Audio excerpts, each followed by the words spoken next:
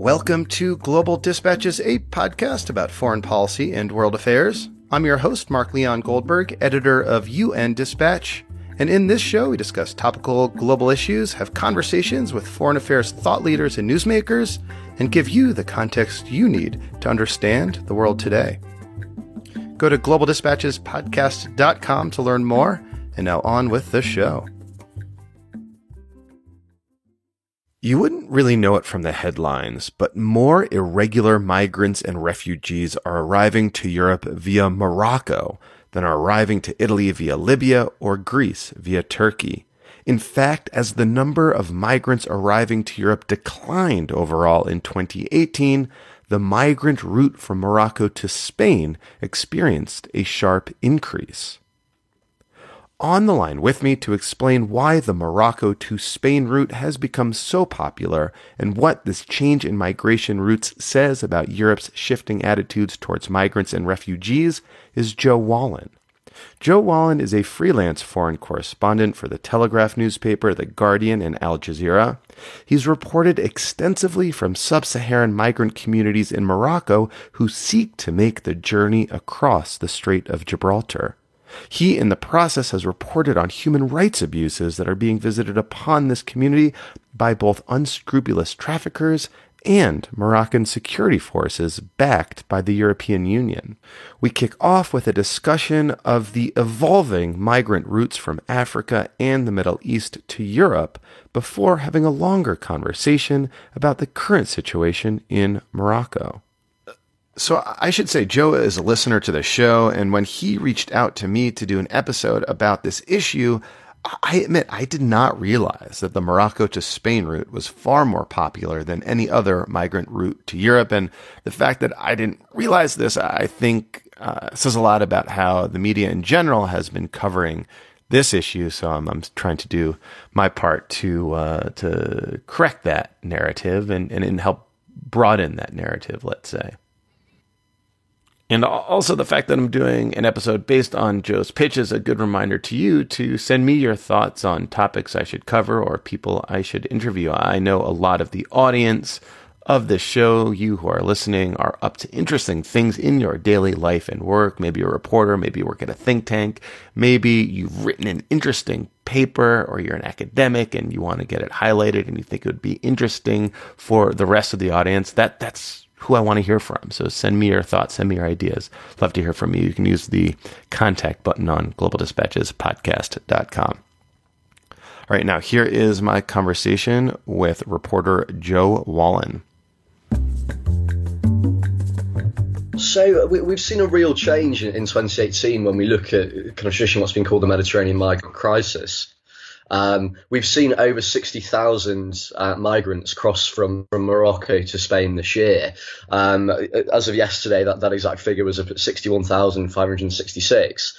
And that number is actually more than the number of individuals who crossed over from Libya to Italy, and from Turkey to Greece and then through Eastern Europe, which are the two routes that have been, I guess you could say, more traditionally associated and reported on. But it's like more than those two routes combined, I think, if you look at the numbers, right? Yes, more than them both combined. So Italy's on, I think it's about 23,000 so far this year, and Greece on 31,000. So the Morocco to Spain route has become very much the fulcrum of the sort of African to European migrant crisis. And now looking at the reasons behind that, there are a number of sort of different factors. We can look at both sort of push and pull factors, reasons why migrants are increasingly choosing Morocco as that springboard to get to Europe, and reasons why migrants are increasingly ignoring or avoiding other routes which were traditionally a little bit more popular. So the first reason why I guess more migrants are heading to Morocco is very much the militarization of Eastern and Central Europe, looking at the borders there. So since 2015, 800 miles of fence have been constructed on borders in that region, such as the kind of much publicized Hungary-Serbia border fence, in an attempt to stop migrants using that method to reach Europe. I mean, when you look back to 2015, we had 1.6 million migrants in that year alone crossing from Turkey to Greece and through the Balkans, and that has dropped down to just over 30,000 this year. which is a pretty phenomenal decrease and shows the effectiveness of this militarization program. And also as well, a big factor in that is that a lot of the countries within Eastern Europe, without generalizing, have been fairly hostile towards migrants passing through their territory. I think you can generalize. I mean, Hungary has been awful. Other countries have been awful to migrants seeking to pass through their country as they make their way north. Absolutely. I mean, I spent some time actually earlier in Hungary this year, doing some work for the Independent, which is kind of ongoing at the moment. And really, I was shocked by the levels of sort of day-to-day racism and xenophobia.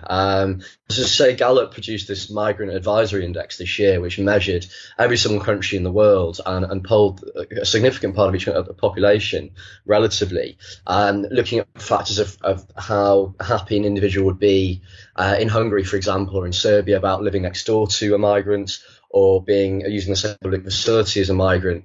And in fact, 9 of the 10 least accepting countries in the entire world for migrants were in Eastern Europe.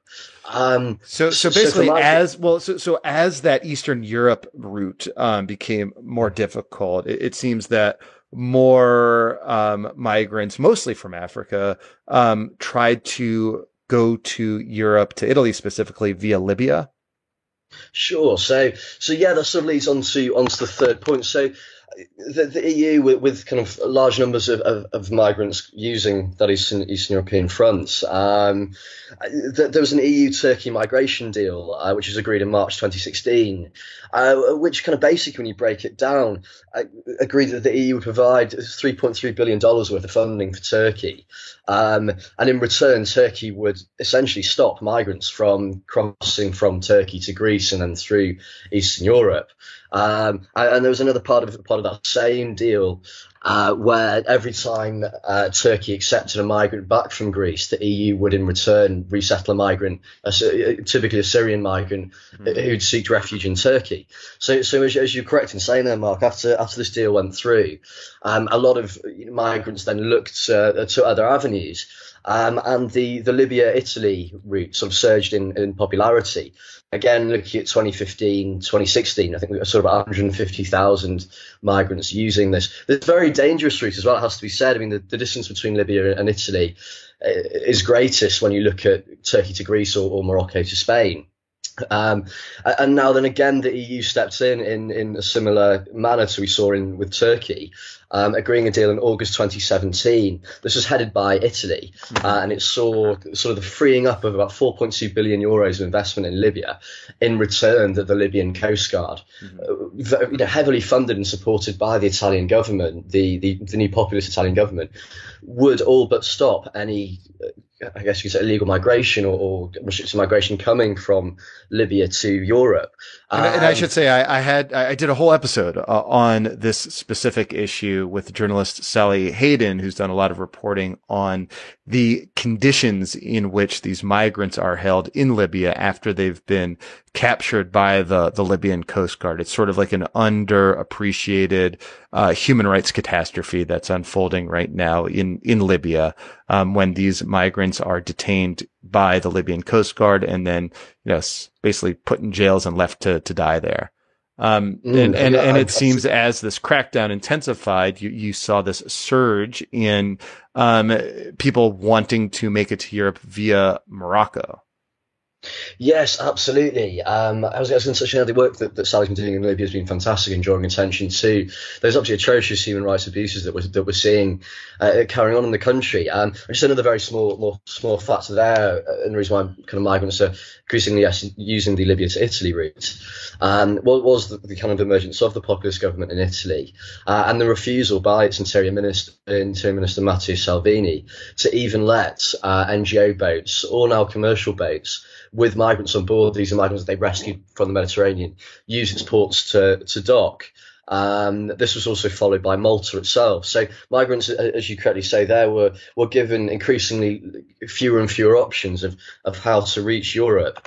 And now Morocco became an increasingly attractive option. This is partly because of the Moroccan government's sort of political pivot towards sub-Saharan Africa.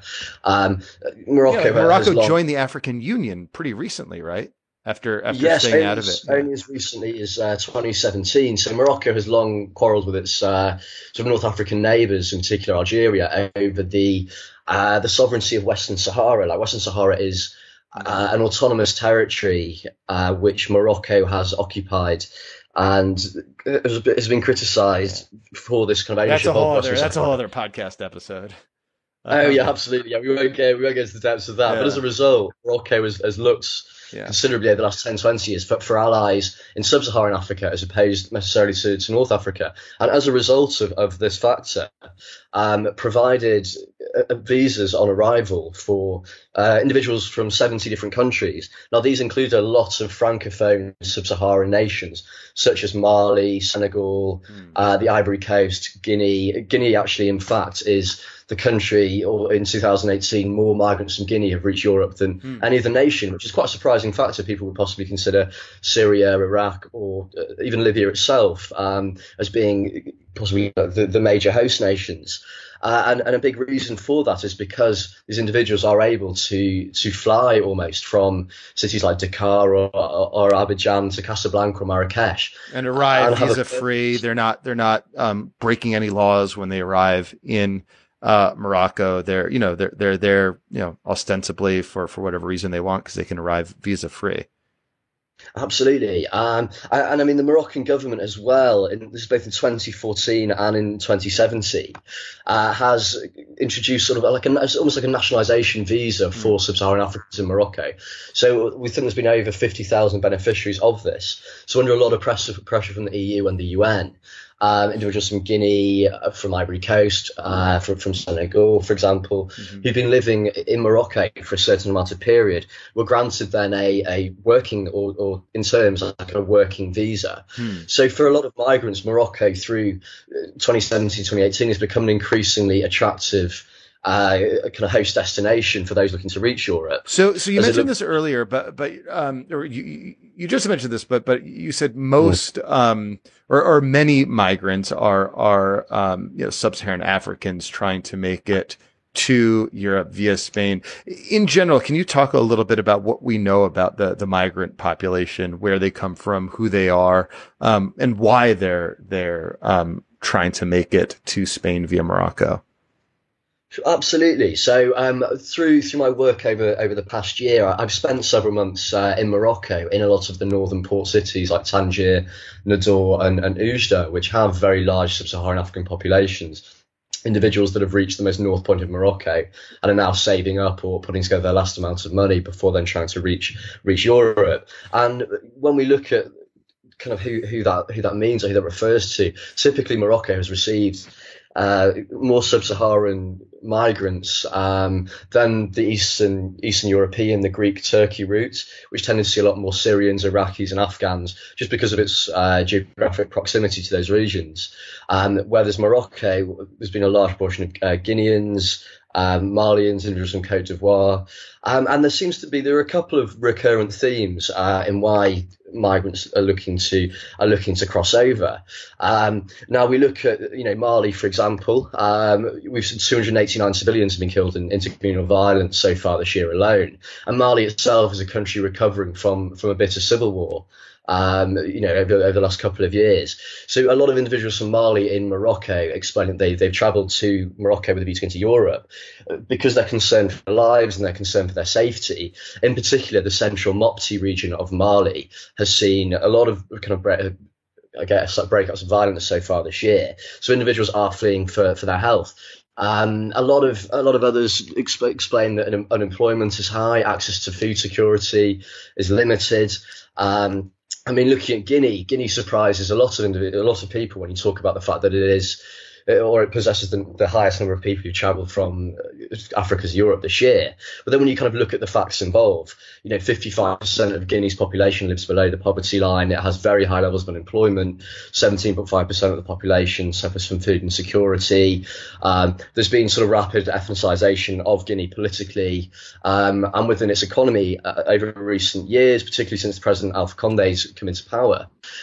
So you're seeing a lot of individuals from sub-Saharan Africa, West Africa, who feel they've I guess who feel they've sort of been segregated from job opportunities due to kind of ethnic backgrounds. So, yeah. So it sounds. I mean, in general, it sounds like it's sort of a combination of people who are economic migrants and also people with legitimate claims of asylum as well.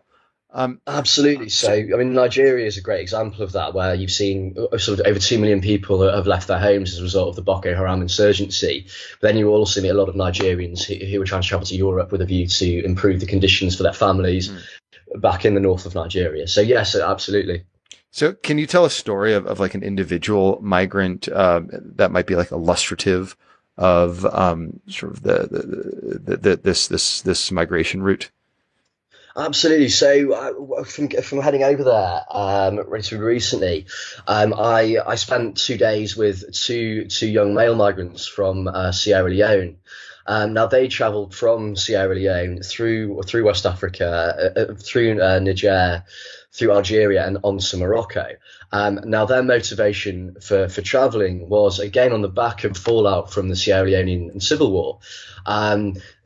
Both of their parents had been heavily involved and had backed certain factions within this war, and feared for their lives. They had family members killed since in sort of retributional killings, and both felt that having this threat hanging over their heads meant that they could no longer stay in Sierra Leone.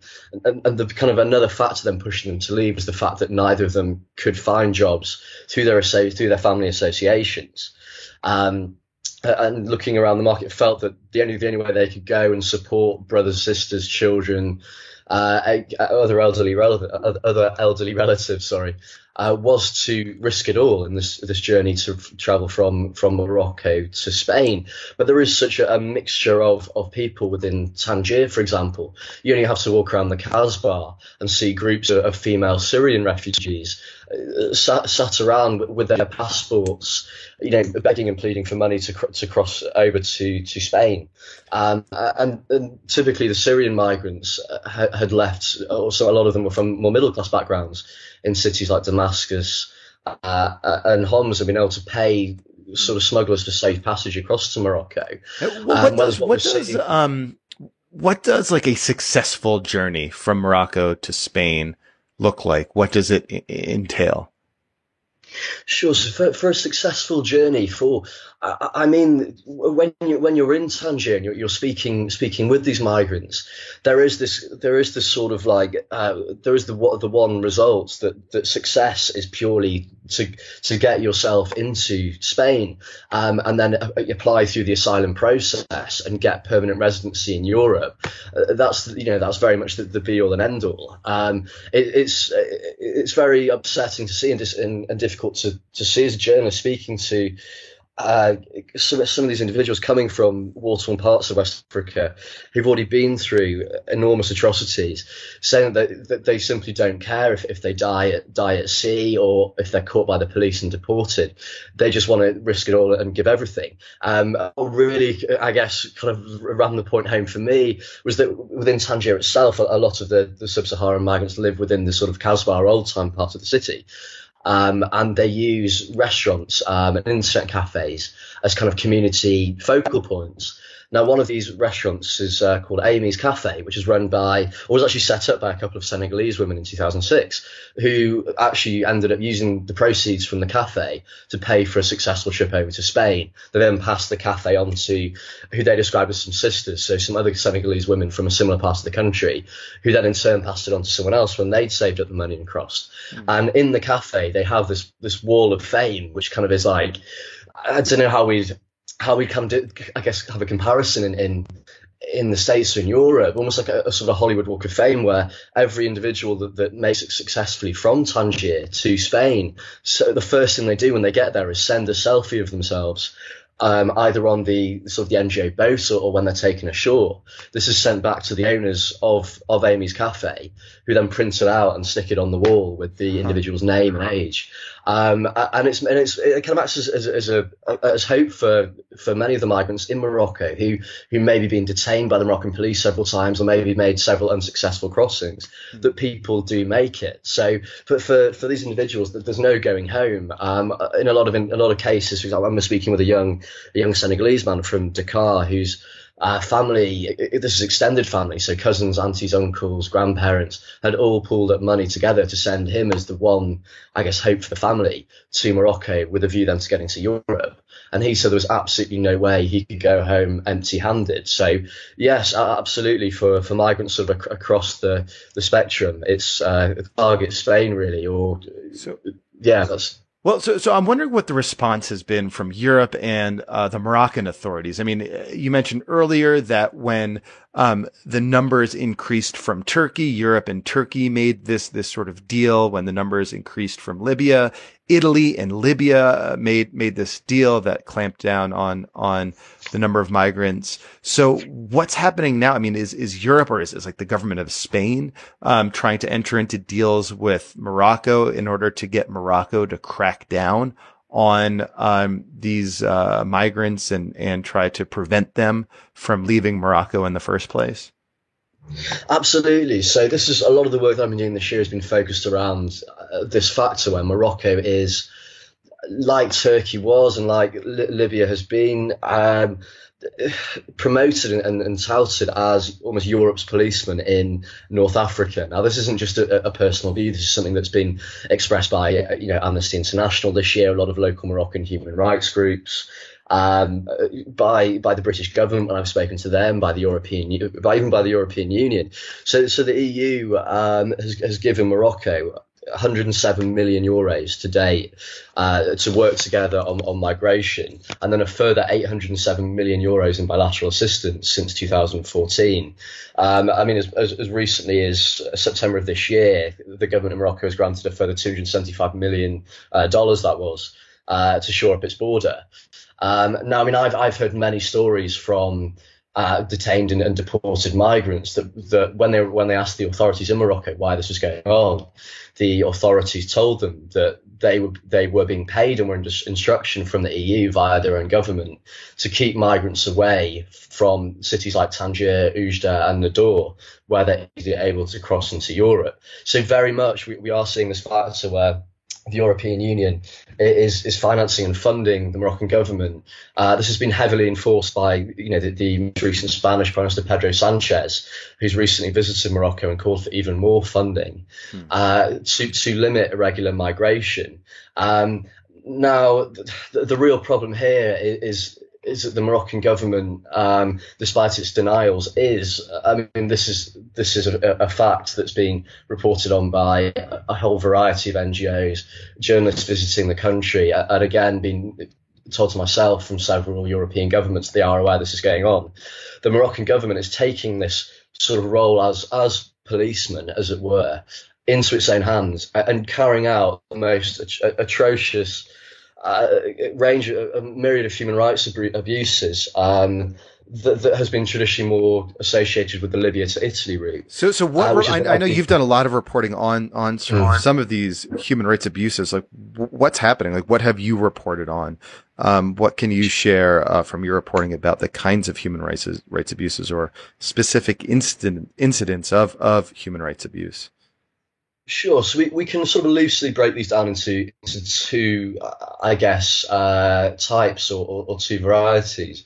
Now, the first one and the most shocking one to me is the sexual abuse of female migrants, both at the Moroccan border and within Morocco itself, and on the beaches of the north of the country as these individuals are crossing to Spain. Now, my most recent reporting with the Telegraph focused on this angle. I travelled over to Morocco, this was last month, in November, and spent some time across Morocco, really, in Tangier, in Rabat, Marrakesh, in Oujda and Nador, and spoke we're talking 40, 50 women in the time that I was there, and every single one of them had a story about the Moroccan police in one way or another, or the Moroccan military in one way or another. I was shocked and horrified hearing these tales. I mean, there's, for example, a young Nigerian woman who was 19 crossed over the border from Algeria. This is in Oujda, with 6 other young women. They were detained at the border with Algeria, but by the Moroccan police, held within a police facility in Oujda. And the women claimed they were raped and held there for up to a week before being deported to the south of Morocco. Now, this certainly isn't an isolated incident by any means.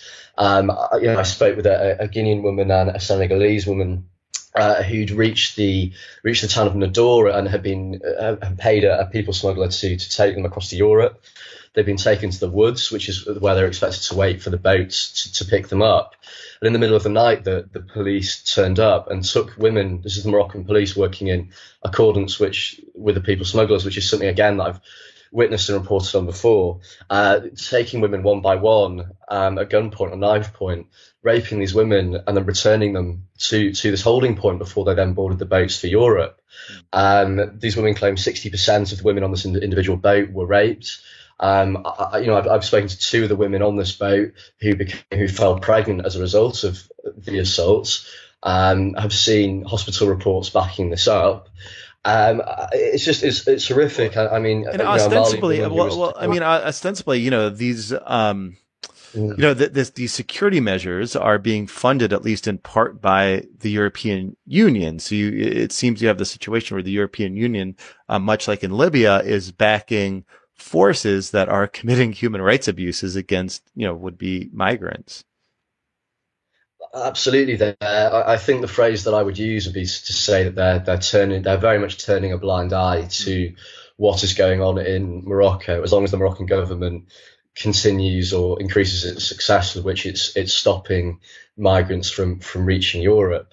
Now, the real problem that we're seeing with the treatment or the abuse of these women in Morocco is that the Moroccan police and military are able to act with relative impunity here, because a lot of the abuses are being carried out in near towns like Bir Lelou, Tifariti on the border between Western Sahara and Mauritania, Guerguenot on the border again between Western Sahara and Mauritania, or Oujda on the border with Algeria, which are very remote. So these women who've often travelled across the Sahara feel that they have nowhere to go or no one to report the crimes to. A lot of hospitals, the women report that they were refused to be treated. I can almost not put into words the trauma that these women have been through. A lot of them are suffering from serious physical problems as a result of the attacks, and also from psychological and mental conditions.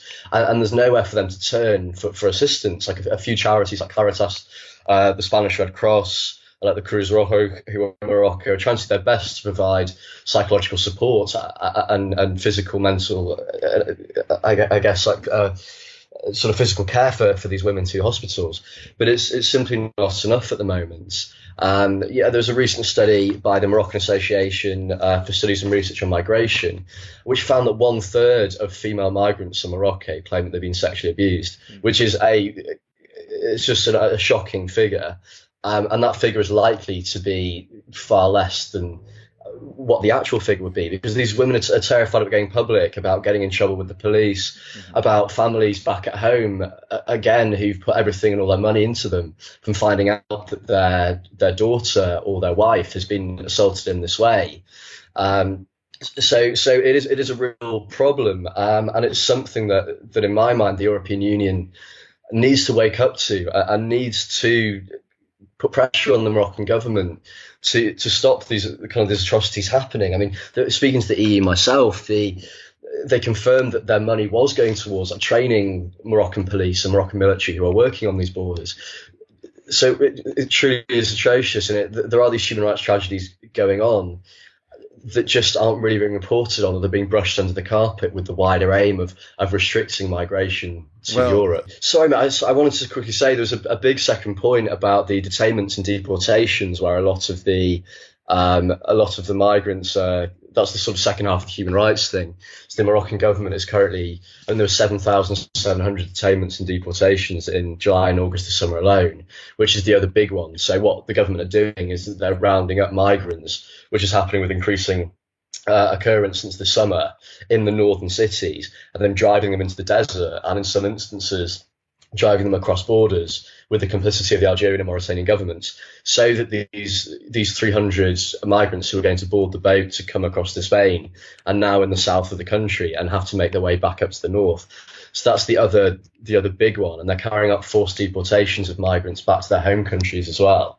So that was the only thing that I quite wanted to get in there. That was the sort of big other thing, along with the sexual abuse, I guess. I certainly appreciate you shining a spotlight on this story. So thank you so much for your work and for your time and for speaking with me today, Joe. Sure, thank you, Mark. Thank you so much for having me on to chat about the issues. All right, thank you all for listening. Thank you to Joe, that was helpful. And as always, big thank you to the Global Development Institute at the University of Manchester for being an ongoing content partner with the show. And we'll see you next time. We've got some great new episodes lined up for this new year. And so let's ring it in well. All right, see you later. Bye.